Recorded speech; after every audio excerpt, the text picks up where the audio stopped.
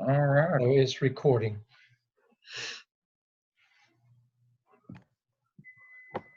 Dr. Crawford's with us. Hey, that's Dr. Crawford. He's over there. Dr. Hamilton is at a charity event tonight, didn't she say? Yeah, she sent me an email. Dr. Revis is with us. Oh. Hi, folks. Hey there you are. All right.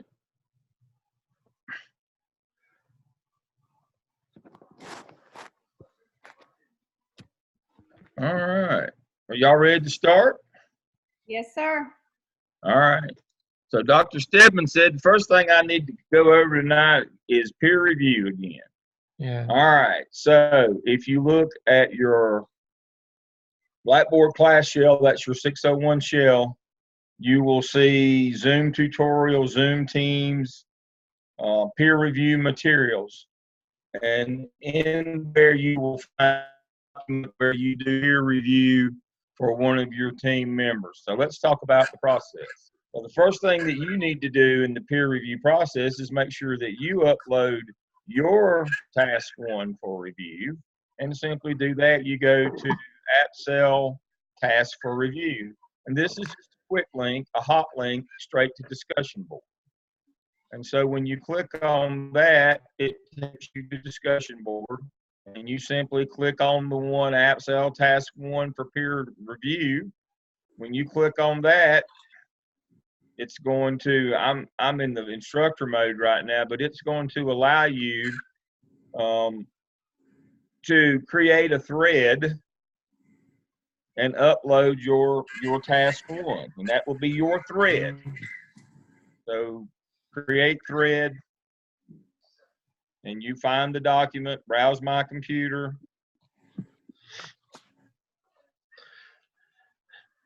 Dr. Lamb, when you're explaining it, some of them are confused at this point. They keep trying to do a video. We have not asked for a Zoom video. We're not doing a video. We haven't discussed anything about a video at this point.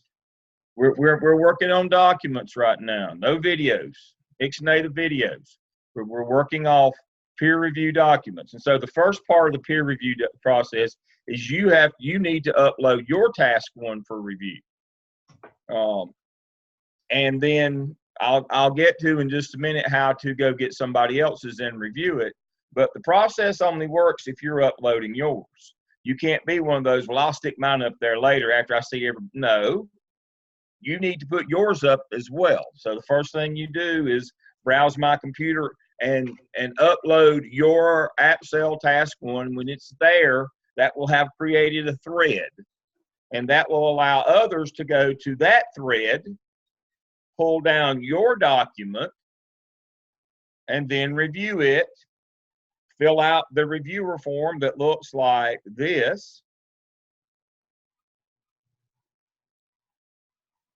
They fill out this form about your document, and then they post that review back on that thread where they got it in discussion board, and then they go to the Dropbox for AppSell assignments and post that review there for their grade for having done it, and they've given the feedback to their team member. But this only works if everybody puts their task ones up. Dr. Lamb, would you take just a moment and go under key question and remind students that every one of those areas must be addressed based on the student's work, the peers' work that they are reviewing. Every one of them must be addressed, and it's how they look at it, what they see. The value in peer review, there's some value for the person whose paper that you review. I won't dispute that, but the research is clear. The value in the peer review is not so much for the person who's getting the review, but is the person who does the review. And that's why you've got to hit each one of these areas. This is a learning piece for you as the reviewer instead of the reviewee. Yes, your feedback may be valuable to your colleague on helping them edit their work, but more importantly, it helps you understand. It helps you become a critical thinker. It helps you understand the task, but also we're trying to get you in the mode of evaluation. Your job when you become a principal, assistant principal, is you have to evaluate the work of others. That's why they hired you. And if you can't have those, if you can't give people feedback on their work and have critical conversation, this is not the business for you. Because that's the bulk of what you do. They don't hire you to teach students. They hire you to assist, evaluate, monitor, professionally develop those who are teaching. And the critical component on that is being able to give feedback, constructive criticism, without being too harsh or without being nasty. And this is your first step. This is your first foray into supervising adults. Most of you, to this point in your careers, you've been working with children. You're changing careers. Tina had to hear this earlier today. She don't want to hear this again. I don't blame her. But you're changing careers. You've got to learn how to give feedback to people, to adults. This is the first step in that. So yes, you must hit each one of these. And your criticism or your feedback can be positive. There may be some negative, but do it in a professional way. But the worst thing that you can do is basically what I call the American Bandstand review. Most of you are not old enough to remember American Bandstand, where they rated songs every week, and they'd say, well, I'll give it a 78. It's got a good beat and it's easy to dance to. Well, what does that mean? And so I caution you not to give that kind of lightweight feedback on people's work. Tell them specifically what's good and what's not good, or what they could do to make it better. The only way that you can do that is A, you know what you're looking for, and B, that you fill out each one of these columns.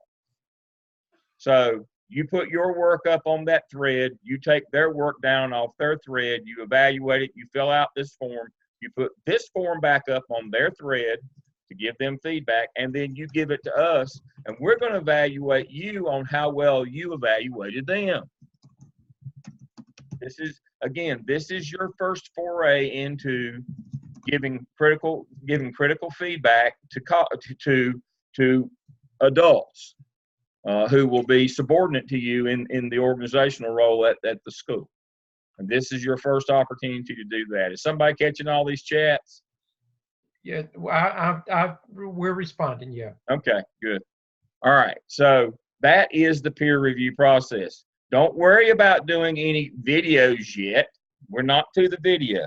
We'll talk to you about video in a couple weeks after you've completed 2 of your tasks. Then we'll talk about videos and what we should see there. But let's not get ahead of ourselves on the video. Let's complete our task 1. Upload it in discussion board for instructor and peer review. The instructor will look at it, give you feedback. They may refer you to the coach and the coaching shell if you need additional help. You're not there yet. If you are there, they may move you on to, continue with peer review, move on to task 2. It's according to the quality of your work. They'll make that decision if you need additional help in the coach's shell. That's what it's there for. There's nothing, that's not a negative. The reason why we have the system set up is you put the first one in. If it's not where it needs to be, based on the state grading rubric, the instructor will refer you to the coach. They have a separate shell to work with you in. Your peers will give you feedback on your work. And Dr. Lamb, to respond to somebody's question, again, you've shown them the peer review, the work goes in 2 places. You give it back to the author so that they can use it however they want to use it, and then you put it in the peer review Dropbox for completed your instructor peer review to grade. Dropbox. This is your grade on how well you achieved what we asked you to do, which was to give them feedback. So you get graded on your feedback. You give them feedback on their work. We grade you, or your professors grade you on how well you gave them feedback. Now, we don't expect you to be great the first time out, but you'll get better at it. And we're a little more lenient with the task 1, but now when it comes to task 2, we expect you to have grown from that first experience. Yeah. So here's a few tips for you. Just a few. Refrain from getting advice or giving advice or feedback from people, or getting advice or feedback from people in other programs, other instructors, other clinicals. It causes confusion. Contact your clinical coach if you have a question. Make sure that you understand that if you're having issues beyond what your instructor, they've given you feedback and said you need to fix this, go to your coach, because they're on the same page. I've had people say, well, so-and-so said this. I said, who is so-and-so? Well, they work at this school. No. Make sure you know who your instructor is, who your coach is. Don't discuss grades with one another. Everybody wants to compare the grades. Well, I got a 75 and mine's better than his is an 80. Everybody knows he's a dimwit. No, that's not the point of this. Learn how to administer negative criticism with a positive outcome.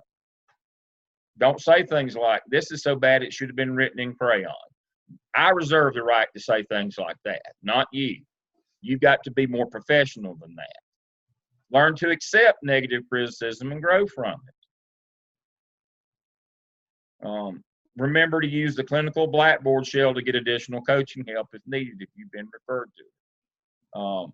Remember, the coursework is handled through the Blackboard shell. Evidence content is coached through the clinical internship shell, not a 698 shell. We don't use that shell. We use a clinical coaching shell. I love this one. Behind is a place where it's difficult to demonstrate leadership. If you get there, get out fast. Keep up. Put your work in. That's why I started tonight with the heart of the peer review process is you posting your work. If you don't post yours, then nobody has any to review. Read the rubrics very carefully. Examine every word, every phrase. Don't do most of it and expect positive results. That's why I've told you, do not put partial work anywhere. We don't grade partial work. There is no partial credit. That's not the way the adult world works. If you have a task one and it has 2 prompts, do both prompts before you put anything anywhere. Don't make us have to tease every little piece of it out of you. We're not going to write it for you. That will not work. It's not our first day. Examine every word, every phrase. Don't do most of it. Do all of it if you want to expect positive results. And don't ever forget that this program is designed to develop leadership skills through competency development. Know the competencies and learn to speak to those terms. You're going to need them in task 4 of the APSEL and task 5 of the APSEL and task 4 of the APTEL. You're going to have to be able to tell us what you've done and express those in terms of competence. That's the last thing you'll do in each of these. So go ahead. So when you're giving feedback, you can speak in terms of competencies as well. Yes, Dr. Revis? We have a couple questions. The first box on the feedbacks form is still a little unclear to me. Please elaborate on it.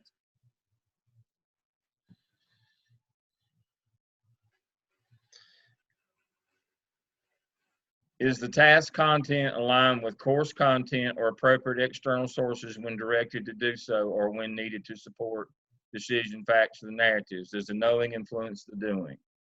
All right. Did they follow the directions? Did they have, for task 1, did they have PLC research, PLC selection, PLC meeting? Now, what they learned in what they learned or the knowing about how to set up a PLC, did they set it up that way?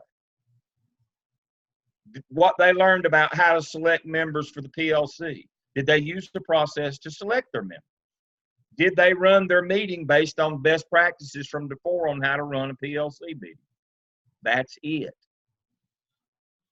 You were supposed to research how to set up and run a PLC. And then you had to tell us and select its members and how to conduct the meetings, norms, values, all those things. That's how you conduct the meeting. Did they do it that way? Or did they pick the people who were convenient or use the highly complicated system of eeny, meeny, miny, mo to select their PLC members? Did they do what research best practices said to do in setting up, forming, and running a PLC? Did they do those things? Did they show evidence that that's what they did? did the knowing, doing your research, influence the selecting of the PLC, the setting up the norms and the values, and running the meeting? Did the research that you did in the first part of task 1, prompt 1, research PLCs, did you in fact internalize that and do it when you set up and ran yours? It's just that simple.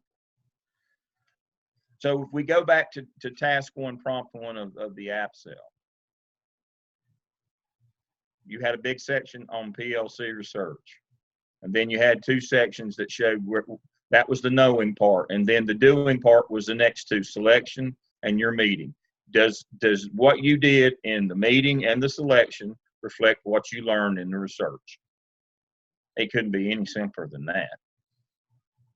The question here is kind of, I understand it's kind of obvious, you know, it's not very clear. But what we're asking you to do is, so did you show through PLC selection and running your PLC meeting that you actually learned something and did it, what you learned in PLC research? Yeah. You're getting a lot of thank yous, so I think the light bulb has come on. Yeah. Dr. Lamb, those pitfalls that you had at the bottom of that document, they're asking where can they find that? Everybody wants to know what's on the test. Everybody wants to know. I'll send that. I'll post that for you. I'll give that. I'll be kind and give that to you. That'll be another gift, Dr. Lamb. That'll be another gift. This group wants gifts. Every time I see them, they want gifts. I have to bring little trinkets every time I come. Dr. All Lamb, right. Just another reminder, when you send us documents, send it in a Word file and not a PDF file.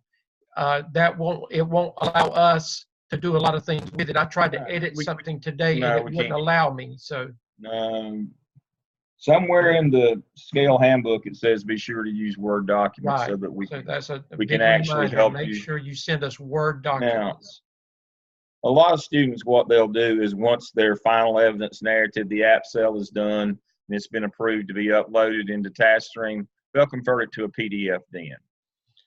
Somebody said, is that WordPad? No, not pad. Word, W-O-R-D. Just a Word document. You save it as a Word document. Microsoft Word. WordPad will not upload, by the way, in TaskStream. The only thing TaskStream will take is PDFs and Word documents. So we can edit those, but we can't help you with them. When it comes time to put them at the end, you're going to have to convert them anyway. So that's pretty understandable. I'm going to run through these others quickly. I'm trying to be cognizant of my time here. I think we covered what we needed to cover, though. That answered all the questions. We're good there. I'm just going to run through these right quick. Yeah. To make sure there's anything that I might want to highlight. Okay. I think that's it. And again, I will send you this little document here. I will send you this one. I may add a couple things as well. So, all right. So that's the peer review process. You'll do 2 written ones for task 1 and task 2 before we get to the video. We'll talk to you later about your video. And I'll have to thrash you a little bit again about your videos, about what's appropriate content, and how you should conduct that meeting. It should be held under the auspices of a PLC meeting, norms, values, everybody on time, everybody setting up and paying attention. We'll do that kind of thing. We'll do that next Thursday. Next Thursday shouldn't be a long meeting, but we'll do it next Thursday. We'll talk about that at the appropriate time. Let's focus on this. Now, the real reason that I'm here tonight is to talk about TaskStream. So all of you should have gotten an email from TaskStream/Watermark about how to log in and get your credentials for TaskStream. If you didn't, that link it only lasted for 24 hours. You're going to have to email Seth Oprea, S-O-P-R-E-A. You're going to have to email Seth and get another link to and create another password series. So hopefully all of you got in. And when you did, so the reason I'm going to start from the very beginning I normally have things preloaded like this, but everybody says, how'd you get there? So I'm gonna start from the very beginning. All right, so you see my desktop. From my desktop, from the very beginning, I'm going to switch browsers now. I work on Microsoft Edge. This is Windows 10. I work on it for Blackboard. And even when I have them both up at the same time, I do this. I minimize Edge or close it if you're not working in Blackboard. Go to Chrome. Let me be clear now. Microsoft Edge is not compatible, which is Windows 10, is not compatible with TaskStream all functions. So when I get these calls and emails, mine's not working. First thing I ask them, are you using Microsoft Edge that replaced Internet Explorer? Well, yeah, I'm using it. Well, it won't work. Or I'm using my iPad. iPad is not compatible with TaskStream either. You need to go to Google Chrome, and then once you're there, you go to TaskStream.com. It's going to redirect you to the Watermark website because Watermark bought TaskStream. Don't be confused. Watermark is now the parent company that owns several of these platforms, TaskStream being one of them. Log in, sign up. It's going to ask you which one of their products do you want to sign up under, and it's TaskStream by Watermark over on the far left. And then it's going to ask you to sign in. You should have a username and password that should have come back when you registered your account. Now, I believe they let you change the one that Seth assigns you, or if it generates you a unique one, that's fine. But here's a secret. Whatever it is, doesn't matter. Write it down. I can't tell you the number of times I forgot my password. I can't get in. I don't know. I can't get help. It won't work. Write it down. If you don't know what it is, write it down. Sign in. And when you get there,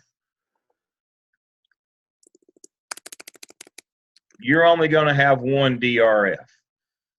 And it's going to say Mel's, or it's going to say, I think he changed the name. It's going to say Spring 2020 add-on.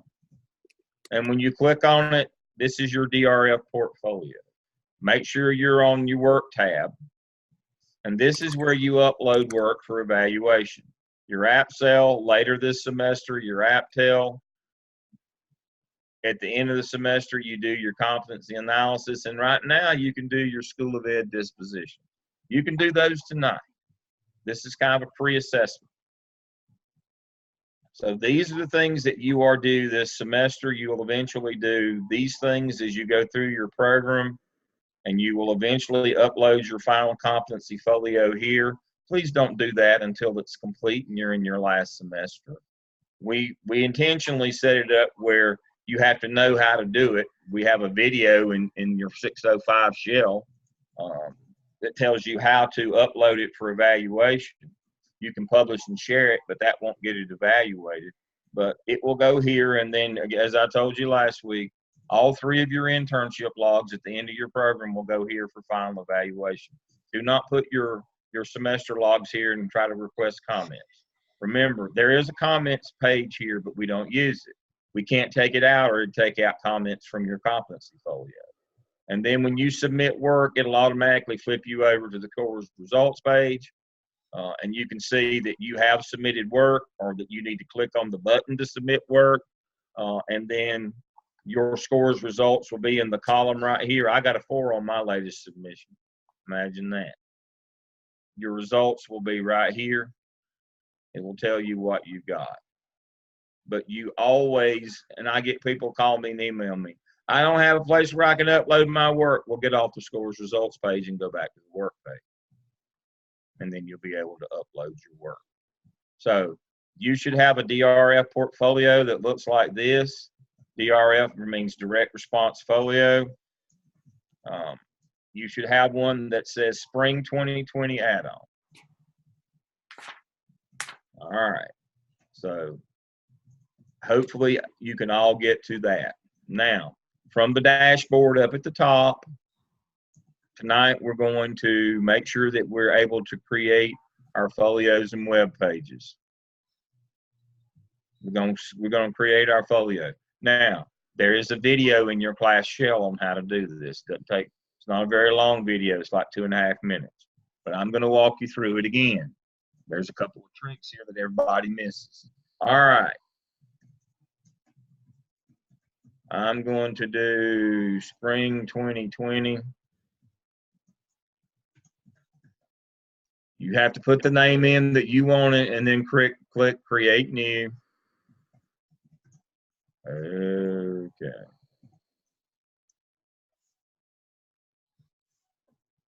All right, so there's the name of my new one, Spring 2020 Dale 2.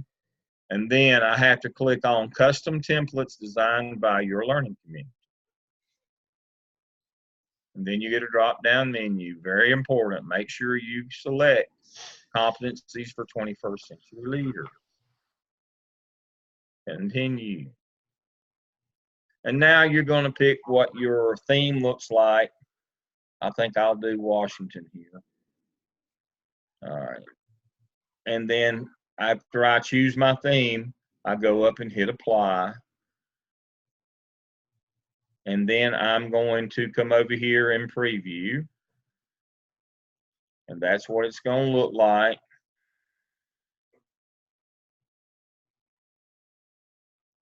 And then what I'm going to do, this is the tricky part, I'm going to click on folios and web pages again. And it's going to register my work by doing that very important part. Click on folios and web pages. Now, when I come down here, you'll only have one. I have to scroll down because you see I make them all the time.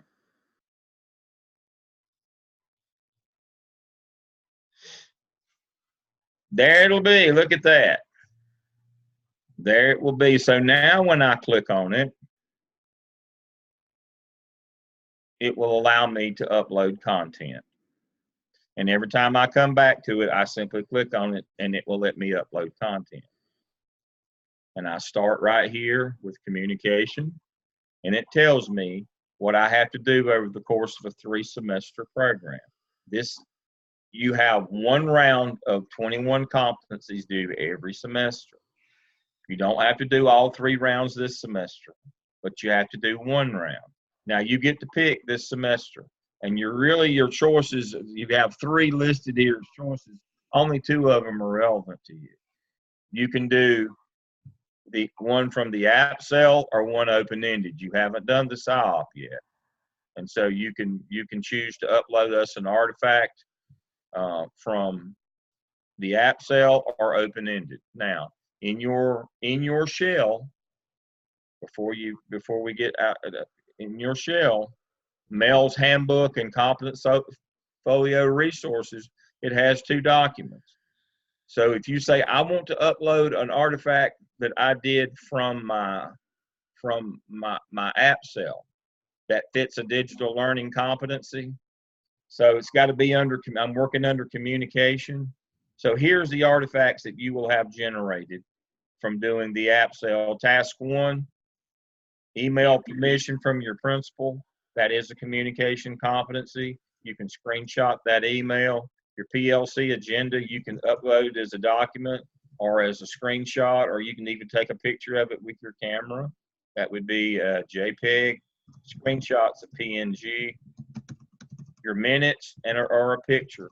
Those are all examples of competencies that came from doing your app cell. That would be examples of communication competencies. So Dale, how do I know that? Well, see right here, this number 1, that corresponds to the first of the folios competencies, which is communication. So it's a little key for you. So you have 4 choices of a communication competency to show us an artifact from. Again, just give us a quick sentence as to what it is and upload that thing, a document, a picture, a screenshot, a video, a live web link, any of those things would be. Now, it's always good if you can hit that digital learning competency to start with. And so let's go back and look at that. So it says,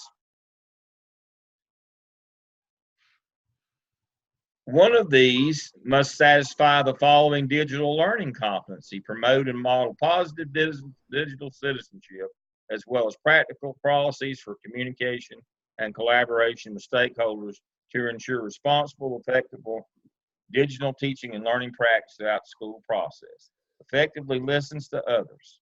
Clearly and effectively presents and understands information orally and in writing. Acquires, organizes, analyzes, interprets, maintains information needed to achieve School of Team 21st Century objectives. Dale, what does that mean? It means that picture or electronic transmission of your PLC meeting.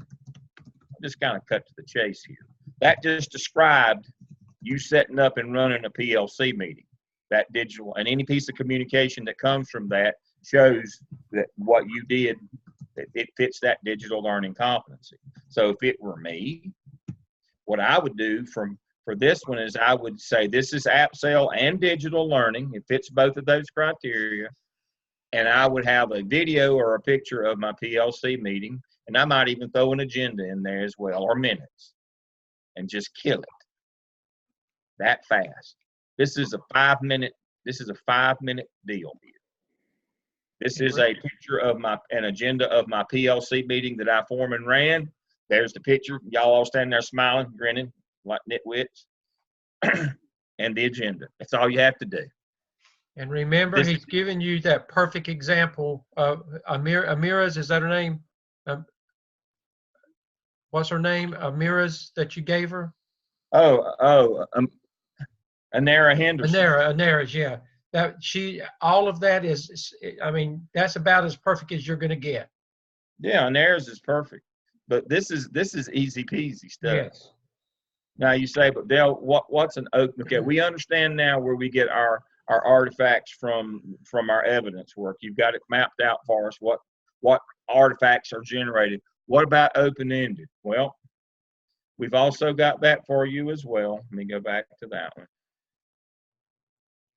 We've got one.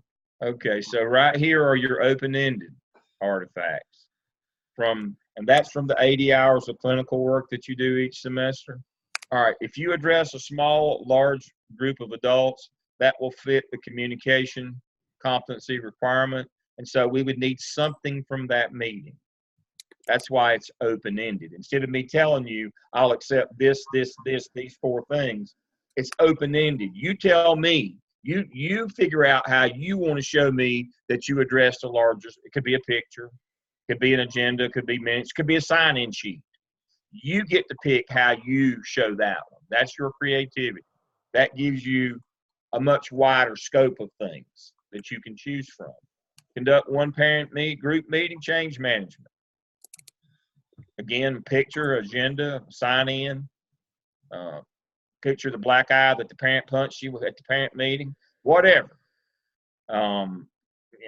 That's what you need to show us. So that's why they're called open-ended. We tell you, if you participate in a school management and accountability program meeting, that would be something like the school improvement team or school budget or school personnel, school finance. If you participate in one of those, show us something that you got from that, an artifact, a thing. But it's open-ended. You get to tell us what thing you want to show us. Try to use as much digital, your camera, on your phone, screenshots, videos. Try to do as much of this electronically as you can. It's quicker and easier. It also shows that you know how to use the digital world. Now, you're going to say to me, Dale, you're old as dirt. I am. I'm guilty. Why are they so concerned that we can use digital tools? Because we all can use them. We're not old as you. Well, this was designed by people a long time ago who don't have these digital skills, legislators and people that knew that it was important, and they didn't. I don't think 10 years ago people understood how pervasive digital society was going to become, that it was going to become the way that we do business as an everyday thing. It was still new and different, and a lot of folks were hanging on to the old ways back then. And so don't overthink it. It is as simple as it sounds. They just didn't think that you would be as far along, or we'd be as far along with technology as, I mean, it's grown exponentially in 10 years. When these programs were revisioned in 2010 and we started doing portfolio and competencies and all these things, probably 10% of schools were in the digital age. 10 years later, there's less than probably 1% that aren't in the digital age. Have their own websites, links, they have, Twitter. I mean, they're everywhere. They've exploded. But this program, still, you got to show us. And you think, well, gosh, this is too easy. No, it's not. It's just, don't overthink this. This is really easy stuff. 10 years ago, people didn't carry phones around and take pictures with it, but had cameras on them. As easy as that. So those are the artifacts that you upload. You don't have to argue that they fit what you said they do. That's not part of the process. It's just we need to see the artifacts.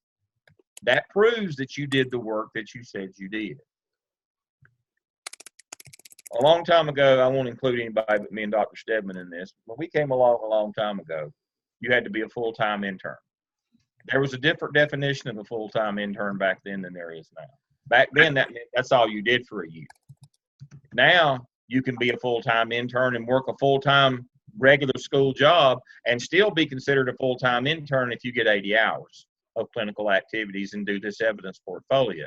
They'll consider you a full-time intern. You have to be one for at least a year, and you can get a license. Their concern is you have another job. How do they know you really did this stuff?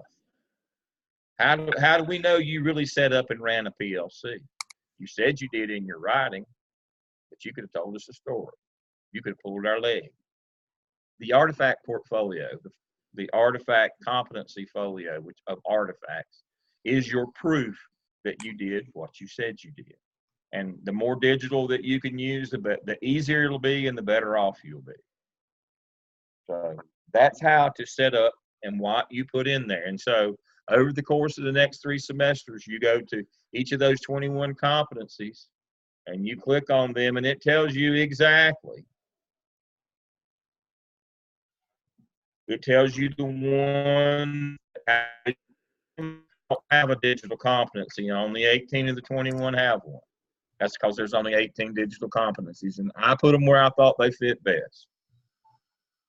So when you get to change management, one from the app cell, again, it'll come either from the app cell or open-ended because you hadn't done the SIOP yet. And you got to do a digital one here, and you can read it and figure it out pretty quickly. Conflict management, another digital.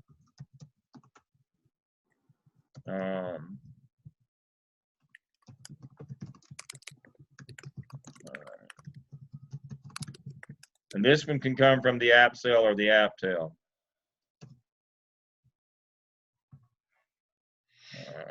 Creative thinking, customer focus, delegation. All right, there it is. Now you notice you say, well, Del, you didn't put all the directions on this one. No, this is one of the 3 that does not have a digital learning competency associated with it. Delegation doesn't have one. I could, none of the 18 fit this particular one. And so we come on down. And so we started with communication and we go all the way down through visionary. Please don't send me an email that says, I clicked on digital learning competency and that link's not live. There's a reason why. There's nothing for you to do under digital. This just explains what they are. This just explains them. I have taken them and put them under the, they were never meant to be separate and apart from the competencies. They have to be integrated in, and I have done that. They sent these to us, and I took and put them where I thought they fit best. But if you want to know what the 18 are, there they are. But you do not put anything under this. And again, your semester internship log goes here and you request comment. So communication down through visionary. And then at the end of the semester, put your log in. Now, when you put your work in, and you put communication in, go ahead and click on request comments. An email will go to your clinical coach and they'll go in and check it in task stream. Go ahead and put one in as soon as you can so we can make sure that the notification system is working. Now, after that, say you're going to work tonight and you've got 5 just hot artifacts that you want to put in. Don't request comments on all 5. Put all 5 in, hit the request comment buttons, and then select the 5 you put in, and your coach will only get 1 email rather than blowing up their email box where it just ping, ping, ping, ping. If you're only going to put 1 in, then hit comments 1 time. You're going to put 5 1 time. You're going to put all 21 in one Saturday, just hit comments 1 time. Don't blow up their email. That's just a courtesy thing. So if you put communication in, request comments, it will have you select the ones that you uploaded so that you only have to send 1 email. This will automatically send an email to your coach. Hey, look at my competency folio. That's what it does. That's what that request comments is. That sends them an email to go and look at it, so that you won't have to send them a separate email. It automatically notifies them to go and look at your folio and see how it's going.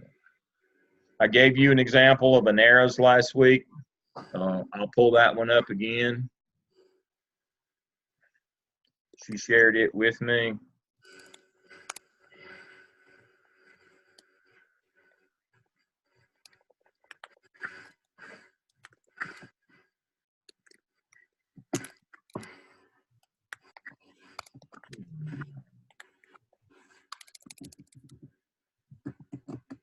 You can do it.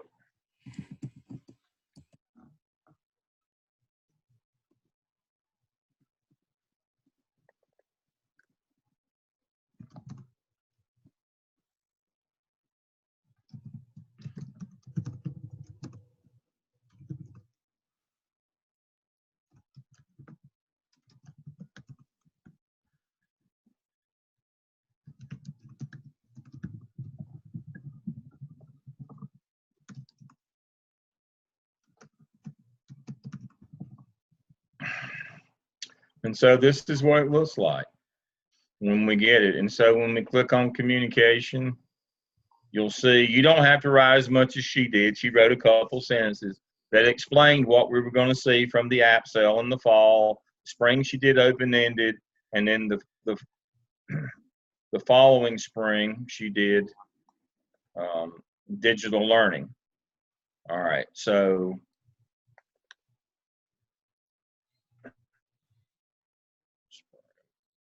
Dr. Lamb, you're right. Also, they don't have to write as much, but if you want to market yourself, yeah, you need to model after what she's done if you want to market yourself. And the reason why she highlighted digital learning, I'll remind you again. If you highlight that you did digital learning competencies and you have examples of them down here, your artifacts, and here are the actual artifacts that you uploaded.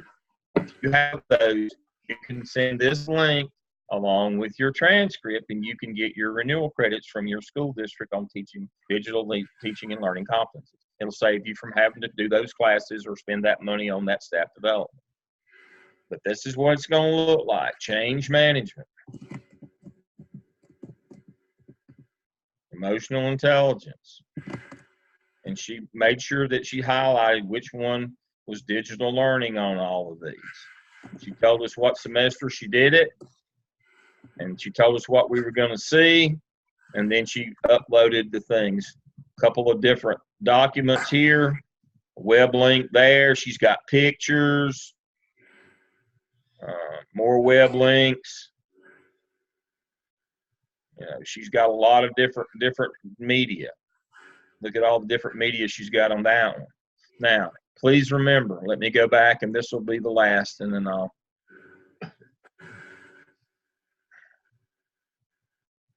when you go in to upload your media, first thing to do is go ahead and do text and image, and you can tell us what you're going to do. But the last thing tonight is please remember to upload using the appropriate button. If you're going to upload documents, PDF or Word documents, use attachments. Videos, use the video button. Links, use the links button. PDFs, use text and image. So I get a lot of calls. It wouldn't take my video. Well, you didn't use the video button. If you're going to use screenshots or camera pictures, those are PNGs and JPEGs respectively. Those are images. So you got to use text and image button to upload that. Now, you folks are a lot younger and more modern than me. You should know these things. That the method that you upload has to match the actual type of media that you're attempting to upload. So that's kind of my last reminder. But go ahead, maybe as soon as you get time, maybe this weekend, go back, find a picture or a video of your PLC meeting, upload it, tell us what it is, designate it as AppSell and digital, and request comments from your coach and see how that goes. That'll be your first communication competency, and it'll be a digital one as well. And you can go back and edit this thing and make it look as professional as you want it to. But again, this is a marketing tool when it comes time to get a job. This is really good. I mean, I'm a big fan of the Narrows, but when I saw this work, I'm like, boy, if I saw this, how impressed would I be? I'd hire her. She's organized, and she's on the ball. This is a really good at representation, and I felt like as I read through all those and looked at her things, and I did that, I felt like I really got a sense of what she had done as an intern, and I really saw the richness of the experience that she had. It came through in those artifacts that I saw that she had been a real integral part of that school leadership team as an intern. That was the sense that I got, and of course she got a job right away, by the way. That's the way that works. The harder I work, the luckier I get. That's kind of the way life works. All right, Dr. Stedman, what I got to do next? Well, that's it. I just next week, and that will be next Thursday will be our last Thursday night for a few weeks. But Dr. Lamb, if next week you would be ready to talk to them about EVOS and looking at gap analysis. So I remember that document you pulled out last semester, and everybody's eyes got big as saucers when you. Yeah, I know. We need to introduce them to that process. All right, we'll talk about EVOS next week, and I'll show you. I'll pull the curtain back and let you see behind the screen on how it really works. Dr. Lamb, somebody said they don't have access to a Narrows work. Go again and show them where they can find it. Where did I put it?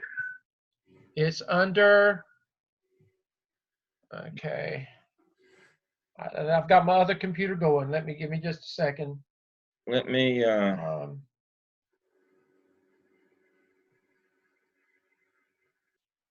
Let me see. So what I did. It's in there. Give me just a second too. Copy. I thought we put it in your shell. It's in there. Didn't we put it under resources right here? Okay. Let's see. I'm going to find it. This is your C. This is your C2. I'm going to go ahead and do a web link. Okay. And I'm going to do this. Control V. A. See, I put it in before because it automatically popped up. So it's been put in before somewhere. It's in there because I just saw it, and Dr. Revis, are you looking too? I'm sorry, but I just cannot remember. I thought it was. So what I've done is I put it right here under Competency Folio Resources and Nara Henderson's. Okay. And so I've got that in your C2, and you can distribute to the others. Okay. I'll send you this document, this cheat sheet, on some tips for that. Okay. I'll send you that as well, but there it is. And it's also in there in another place. I just cannot put my finger on it right now. But we will. That's where you'll find it though as well. It'll be in more than one place, but we'll get it in there. Yeah. And so we uploaded it, but there it is. And so when let me close this other one out. Let's see. So when we click on this link, there it comes. Look at that. Just like magic. And you'll have that copy of hers. So I went ahead and put that in Dr. Stedman's C2 shell. And so y'all will have access to that. And while I'm thinking about it, what I'll do, get out of the way.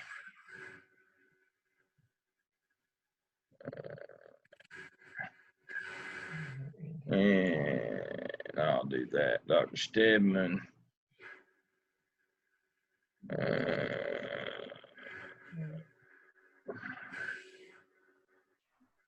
Dr. Revis, Dr. Crawford, Dr. Hamilton, Dr. Church, and Dr. Bullis. All right. So that's everybody teaching 601 and coaching. That's it.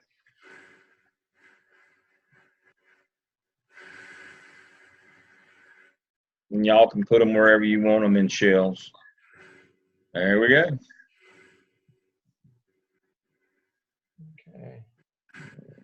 Okay. All right. Anything else for the good of the group before we go? Did we go over time yet? Look at that, we're 8 minutes early. All right, who's got the benediction? I'm out. Okay. But all that will be in there, and this video will be to you guys later on tonight once I can get it uploaded and processed. We'll get it out to you as quickly as we can this evening. This is a great video, and you'll find it under week 3 as well, and it will always be a resource that you can go back and refer to. Okay. Okay, I think that's it. Good night. Good night, everybody. See y'all soon.